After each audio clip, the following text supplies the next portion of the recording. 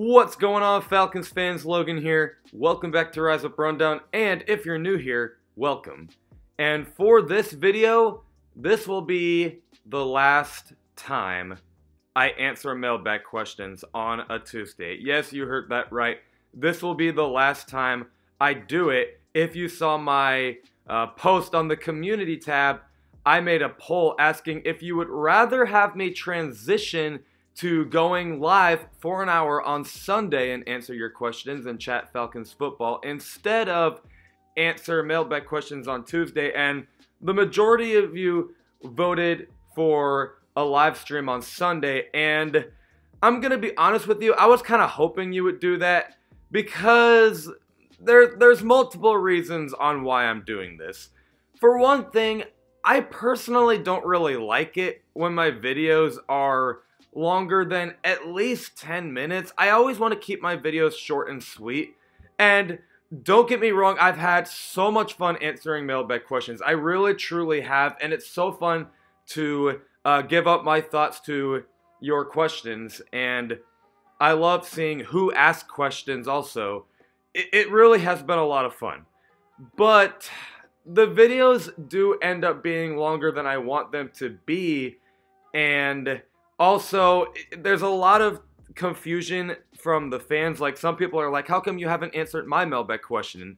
Well, because, you know, some people don't know where to ask them. Like, some people don't know that you're not supposed to go in the YouTube comment section to ask a mailbag question. Some people will go on Instagram and message me on mailbag question. Like, you know, I always wanted to keep the mailbag questions in one place in the YouTube community tab or the Twitter. But anyway.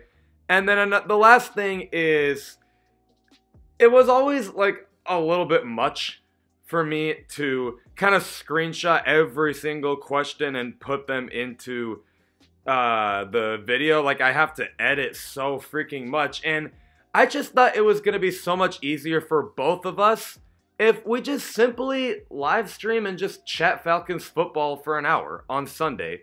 It would make things easier for me because I don't have to edit so much.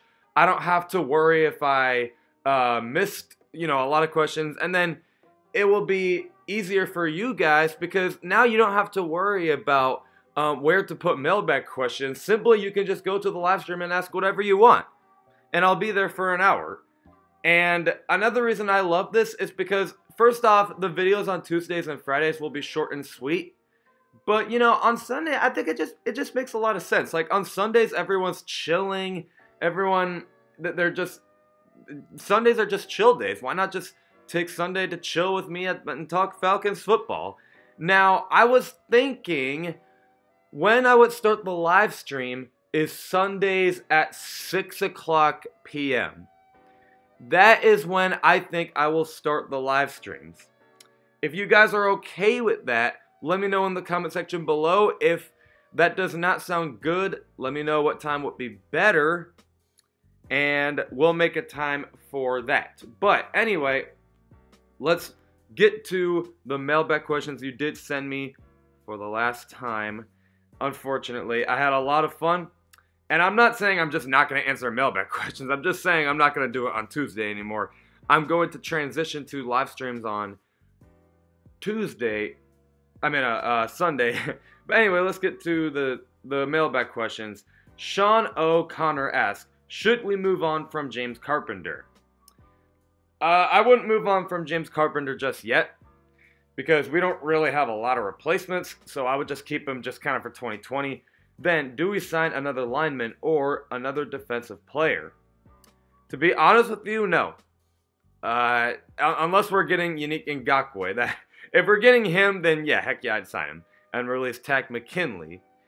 But outside of that, now let's just roll with who we got. Then, do you like Russell Gage, or do the Falcons try to sign someone else? I will just stick with Russell Gage. Honestly, when it comes to free agency, I don't really think the Falcons should spend a whole lot more money. Like, let's just kind of see where we go with the roster we have now. Like, don't you think we kind of made enough moves? Like, we had the draft. We did free agency with Todd Gurley, Hayden Hurst, and Dante Fowler. I think for now we should just roll with who we got. We don't need to worry about signing all these players. By the way, love your content and keep up the great work. Thank you, Sean.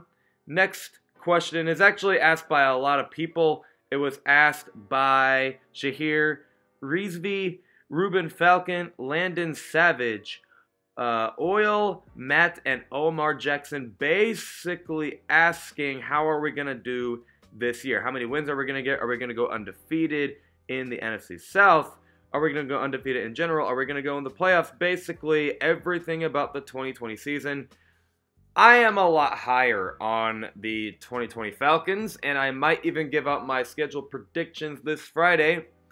As of right now, maybe things will change, but for right now, I have the highest as 10-6, lowest as 8-8. I think that sounds about right. Archangel asks, when you get a jersey, which one will you get first? The red, white, or the black? In a way, I kind of want to wait for the 2020 season to end. So, well, first up, I can save money.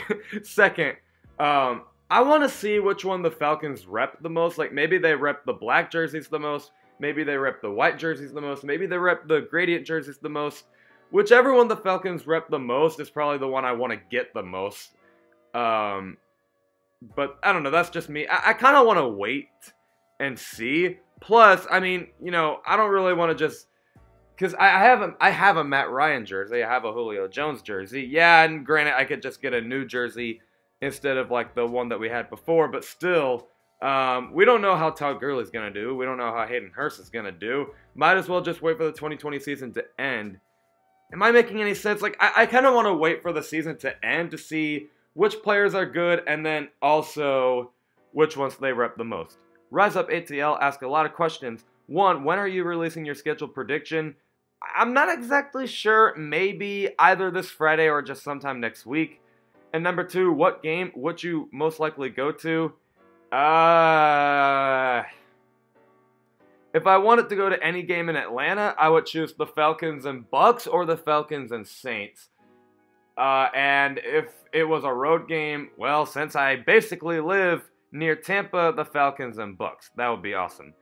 And then number three, when would you live stream? What time would it be? For right now, I have Sunday at 6 o'clock. Let me know if that's okay with you guys. And if not, we'll just change it up. Then we have two questions kind of asked by the same person, like by Honcho J28 and Kale the Falcons fan. Do you think the Bucs are overrated, and are they the 2019 Browns? I think the Bucs are overrated, but not in a bad way. Like, I don't think the Bucs are some Super Bowl team like everyone's making them out to be, but I do think they are a playoff caliber team, very unfortunately, because you got to give credit where it's due. They are making some moves. I mean, they got Tristan Wirfs to help out Tom Brady and the O-line, and they got Rob Gronkowski, so they're giving Tom Brady the weapons they need. Now, here's the problem, though. The defense is still a problem. So that's what's going to stop the Bucs from being good. I think the Bucs at the highest could go either 10-6 or 9-7, and at the lowest they could go maybe 7-9. Surely they got to do better than what they did with Jameis Winston. That's kind of what I'm trying to get at. But are they a Super Bowl team? No. Not. Just stop that. Viewlee asks, our schedule seems like a make or break year for Matt Ryan. Who do you see as a fit QB for our team that is still in college?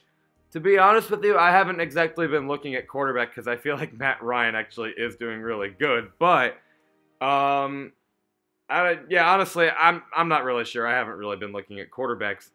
Langston Banks asks, what offensive lineman do we need to get in free agency next year, and how badly is Alex Mack regressing? I wouldn't really go for an O lineman in free agency as of right now because we got Matt Hennessy to replace Alex Mack. And Alex Mack what's his name? Matt Hennessy can play at guard. Like, I feel like we don't really need to get one right now. Plus, I feel like it's a little too early to decide that. Like, the 2020 season didn't even happen yet. So, not really sure. I think I would just wait. Nicholas Coaten asks, it is so weird the Falcons are not going to play the Eagles. I know, right? I feel like the Falcons always play the Eagles, but here they are not playing the Eagles. A little bit of a surprise there. Dominique Robinson asks, if Matt Ryan leaves in 2 years, do you think we can get Colin Kaepernick? got one word for you. And look, no offense to the guy. No offense. But not only is he not, he's really not even that good of a player anyway.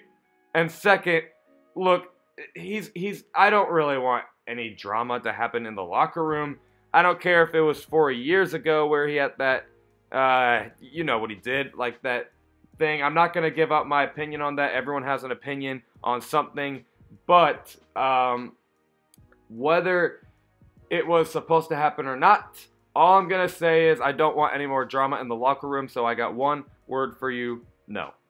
Football Films asks, would you rather play harder games at home or on the road? I would rather play harder games on the road to ensure we get wins versus the easy teams at home and then not waste our home games on potential losses.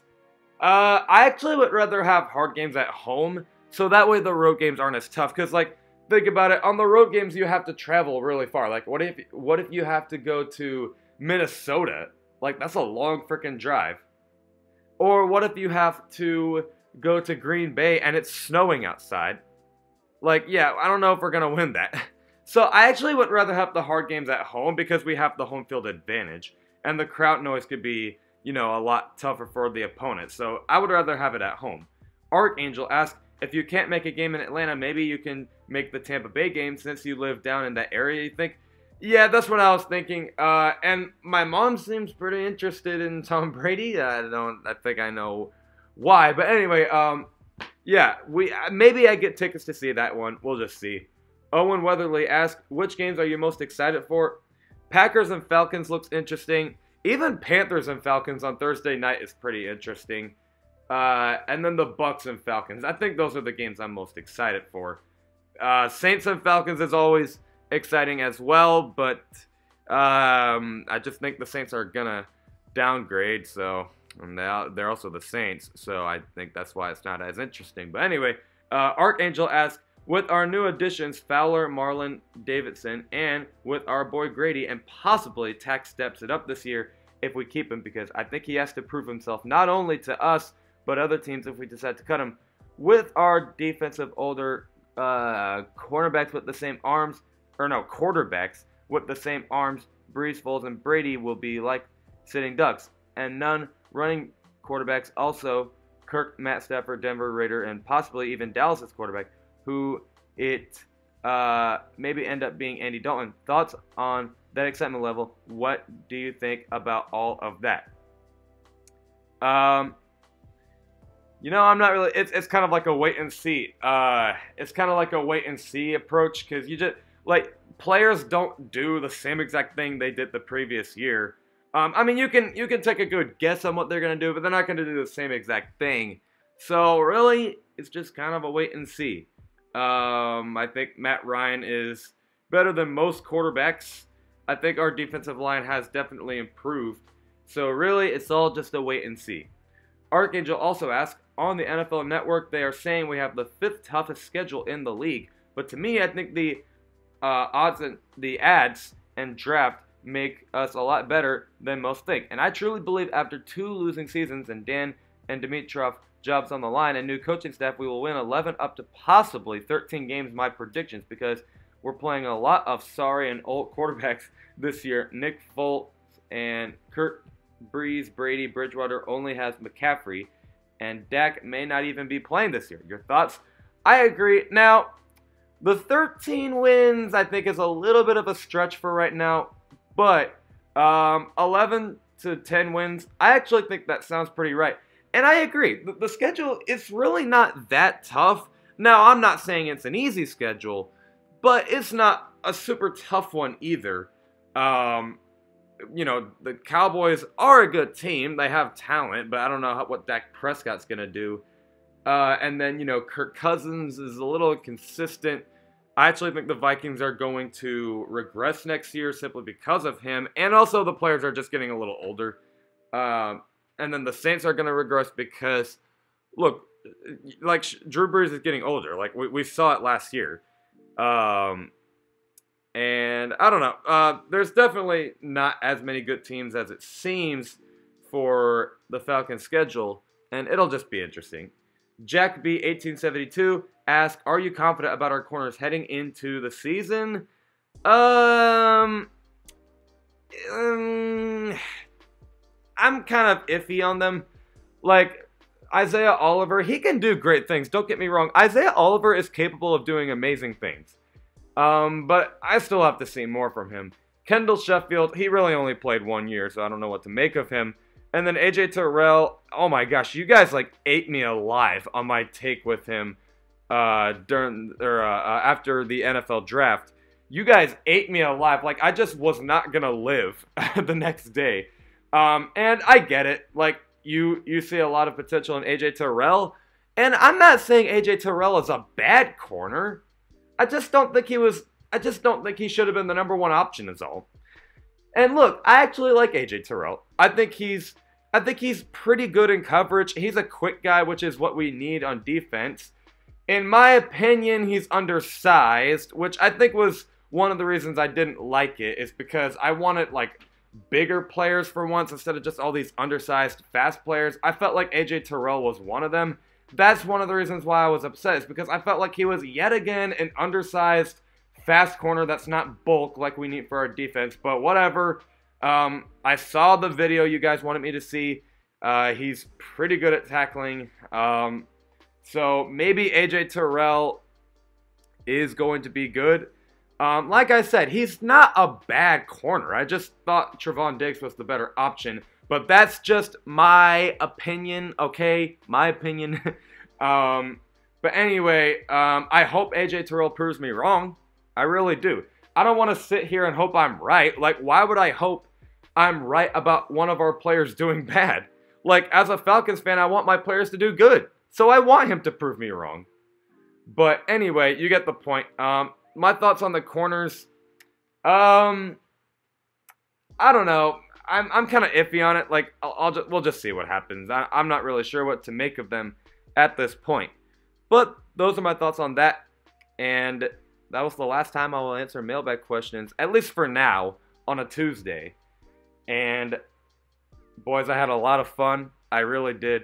But we are going to transition to live streaming for an hour on Sunday at 6 o'clock p.m. That is the time I have set right now. Let me know if that's okay with you guys. And I will see you guys this Friday with a video at 11 o'clock a.m. Eastern. As always, love and appreciate you all, and rise up.